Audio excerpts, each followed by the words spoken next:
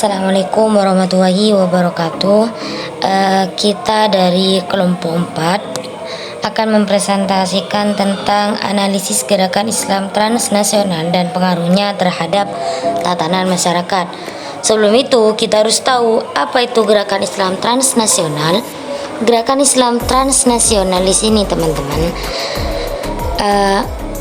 merupakan keagamaan Islam yang menyebar ke berbagai negara yang tak terbatas.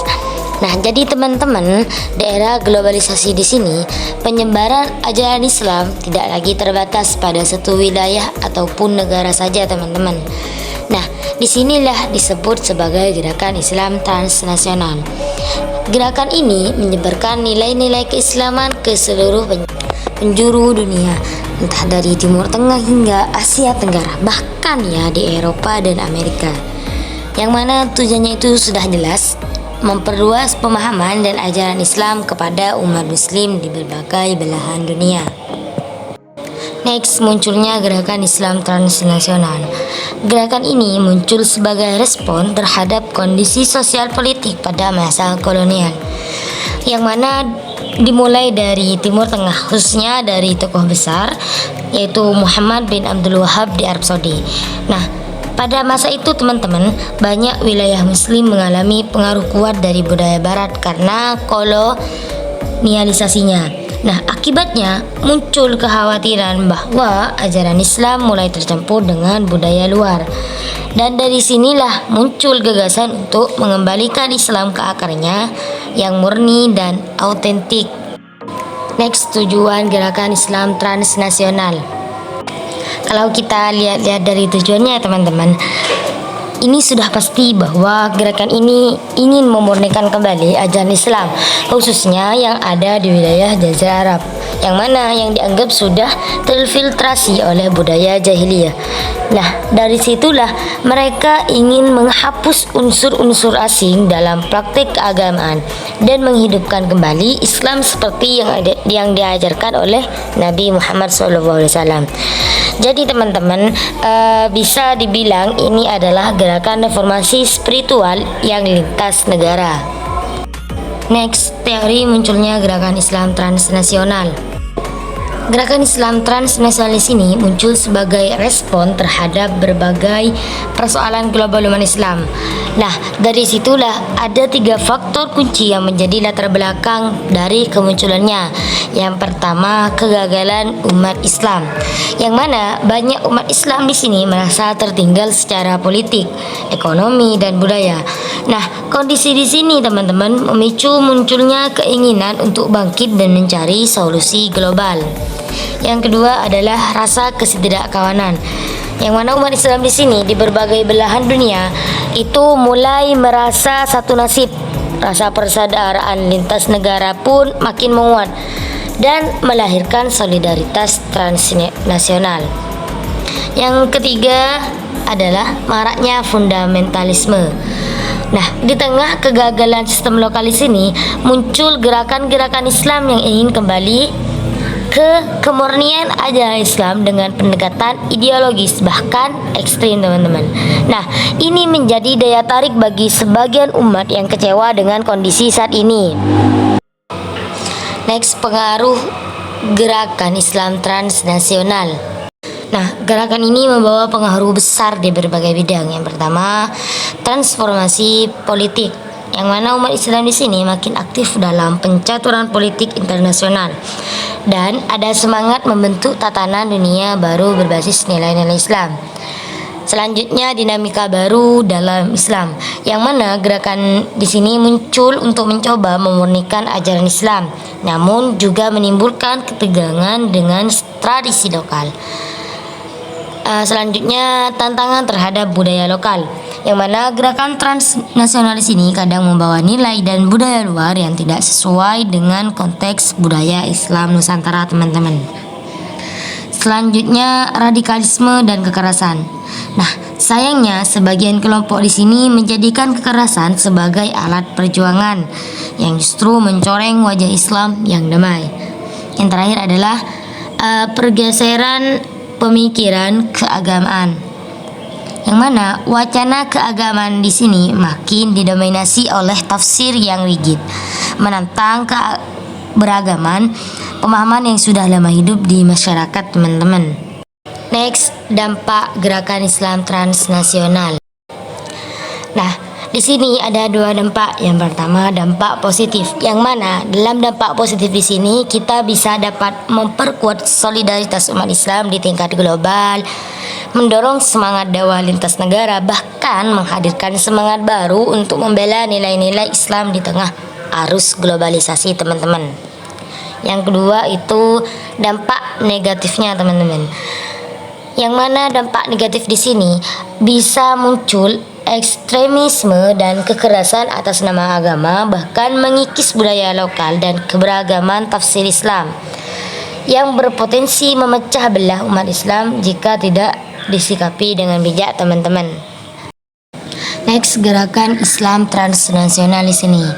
Di antaranya itu Ikhwanul Muslimin, Hizbut Tahrir, Jihad, Salafi Dakwah, Jamaah Tabligh dan Syiah. Nah, masing-masing dari kelompok di sini itu memiliki karakteristik yang unik, teman-teman, mulai dari fokus pada dakwah hingga keterlibatan dalam wacana politik dan jihad global. Selanjutnya, perpecahan dalam Ikhwanul Muslimin. Nah, Ikhwanul Muslimin di sini mengalami perpecahan ketika masuk ke Indonesia, yaitu ada dua perpecahan. Yang pertama, Ikhwan Tarbiyah, yang mana dalam Ikhwan Tarbiyah di sini berfokus pada pendidikan, kaderisasi dan transformasi sosial melalui jalur damai, teman-teman. Yang kedua adalah Ikhwan Jihad, yang mana Ikhwan Jihad di sini lebih cenderung pada pendekatan militan dan konfrontatif yang menekankan pentingnya perjuangan bersenjata untuk menegakkan nilai-nilai Islam, teman-teman.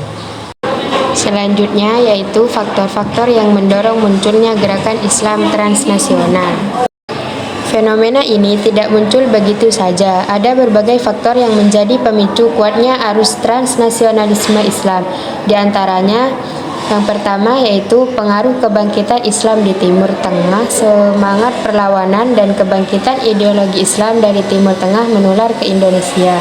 Yang kedua yaitu pergeseran politik global, di mana ketidakstabilan politik internasional menciptakan ruang bagi ideologi baru untuk berkembang.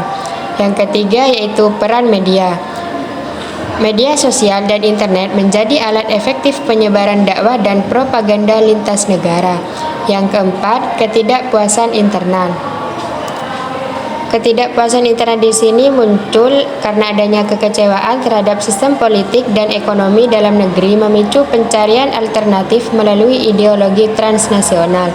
Yang kelima yaitu pertumbuhan gerakan Islam radikal. Kelompok radikal tumbuh subur dengan semangat perlawanan terhadap sistem yang dianggap tidak Islami. Yang keenam yaitu peran pendidikan. Banyaknya kader di Indonesia yang belajar di negara-negara Timur Tengah dan kembali dengan membawa gagasan baru. Yang terakhir yaitu ibadah haji sebagai media pertukaran gagasan.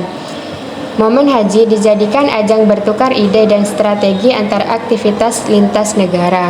Next, tokoh-tokoh berpengaruh dalam studi organisasi, yang mana di sini ada 3 tokoh. Yang pertama, Chester Barnard. Beliau menggagas bahwa pentingnya kerjasama dan komunikasi efektif dalam organisasi.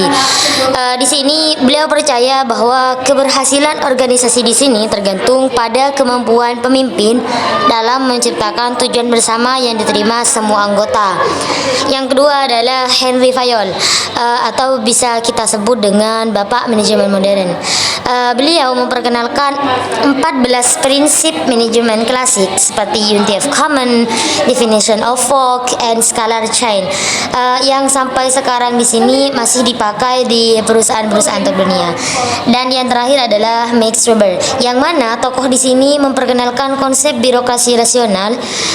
Baginya, organisasi di sini harus berjalan sistematis, penuh aturan, dan berdasarkan kualifikasi profesional, bukan hanya nepotisme saja. Selanjutnya adalah pendekatan utama dalam teori organisasi. Yang pertama adalah teori organisasi klasik, yang mana teori di sini berfokus pada struktur, efisiensi, dan hierarki. Contohnya seperti Fayol dan Weber tadi. bahwa beliau percaya organisasi yang baik di sini harus terstruktur rapi dan sistematis, seperti mesin yang bekerja presisi. Yang kedua adalah teori hubungan antar manusia, yang mana digagas oleh Elton Mayo. Nah, teori di sini membawa sentuhan humanis dalam organisasinya dan menekankan bahwa pentingnya faktor sosial, motivasi, dan kepuasan kerja. Karena ternyata teman-teman, semangat kerja di sini bisa naik drastis saat seseorang merasa dihargai dan dianggap penting. Selanjutnya, ciri-ciri utama gerakan Islam transnasional, yang mana gerakan ini ibarat arus ideologi lintas negara yang membawa semangat perubahan, tetapi juga penuh tantangan.